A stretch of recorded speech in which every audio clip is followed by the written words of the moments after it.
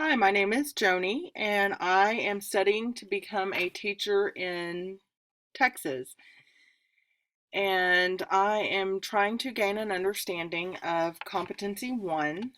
The teacher understands human developmental processes and applies this knowledge to plan instruction and ongoing assessment that motivate students and are responsive to their developmental characteristics and needs. Now, this is broken down into several pieces, and the piece that I chose to focus on is H. Recognizes challenges for students during later childhood and early adolescence, and effective ways to help students address these challenges. And examples of these challenges are self-image, physical appearance, eating disorders, feelings of rebelliousness. So I am focusing on self-concept and self-image and self-esteem with my project. And so I'm going to start off with what is self-concept? It is the perceptions that one has of him or herself. It's statements like, I am good at, or I'm not smart. These are statements of facts about personal areas, or what one sees as facts about themselves. So basically, to break it down simply, it's how a person sees themselves. So Harder states that there are 8 aspects to one's self-concept. There's scholastic competence, job competence, athletic competence, physical appearance, social acceptance, close friends, romantic appeal, and one's conduct. And all of these tie in together.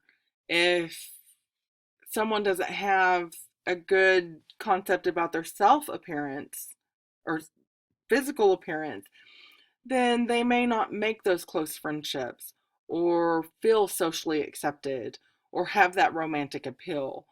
Or if one doesn't have scholastic competence, then they may not get job competence, or their physical appearance may affect their athletic competence.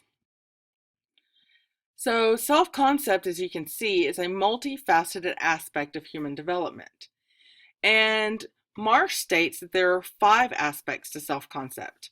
1 is academic verbal, 2 is academic mathematics, 3 is parent relations, 4 is same-sex, 5 is opposite sex. And all of these tie in together as well.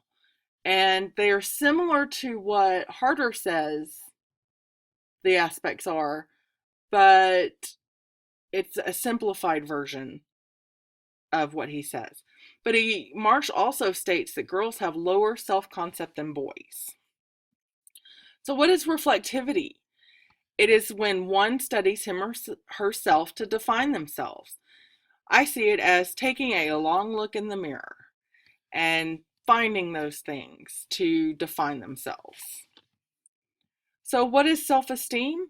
Self-esteem is the global value humans place on their own particular characteristics, their behaviors and abilities.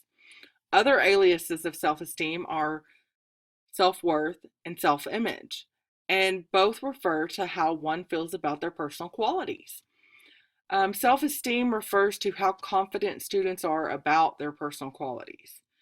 So we want to find ways to raise student self-esteem and self-concepts. We want them to be confident going out into the world when they leave our classrooms.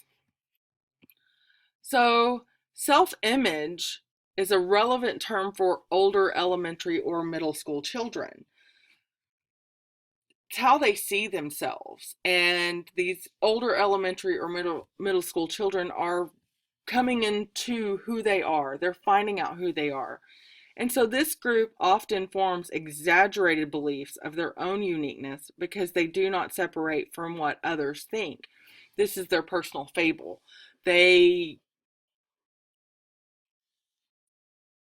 hear what people think about them, and so they can't separate from that yet.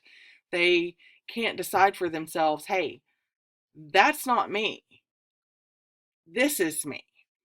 And they focus on these imaginary audiences, and so they focus on their own behaviors and in turn feel that others will pinpoint these behaviors, like the eyes are on them everybody's eyes, not just the teachers or parents, but everyone, other students are watching. So let's talk about girls. They are less happy with their bodies. They mature faster than boys. They lose self-confidence and self-esteem. They doubt their abilities, and they really try to fit into cliques.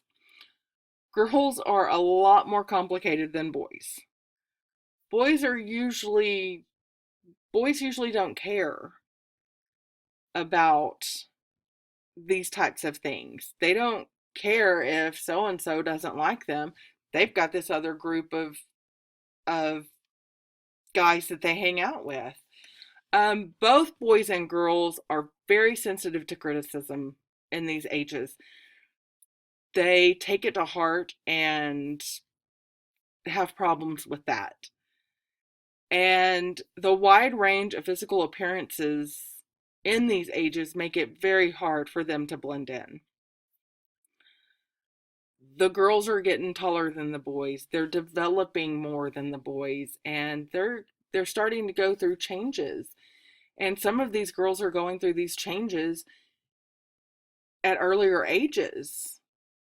And so it makes the girls a little bit self-conscious about their bodies.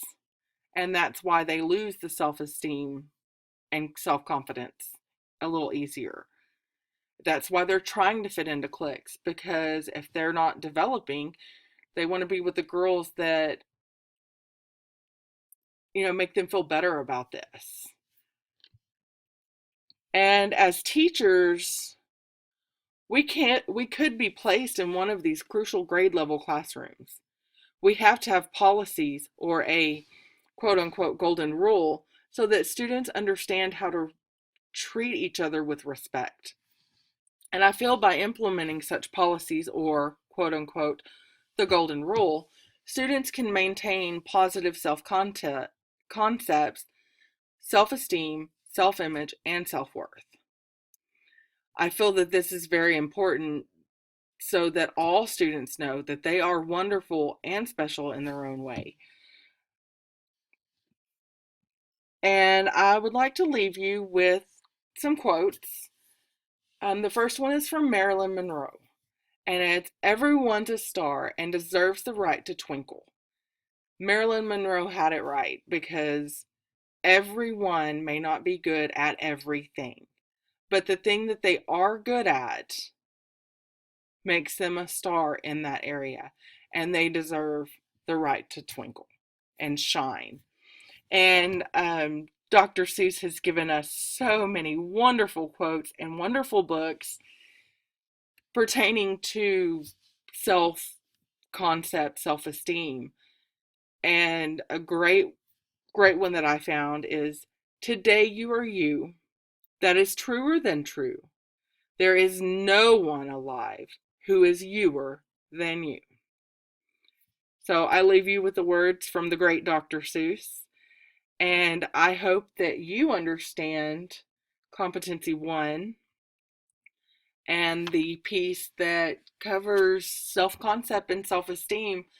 I've really enjoyed learning about this and feel that I've processed the information in a way that helps me understand better, so that when I am in these crucial grade levels, I can help my students shine and twinkle and be themselves in a safe, happy, judgment-free environment. So thank you, and I hope you do as well as I'm hoping to do with my competencies.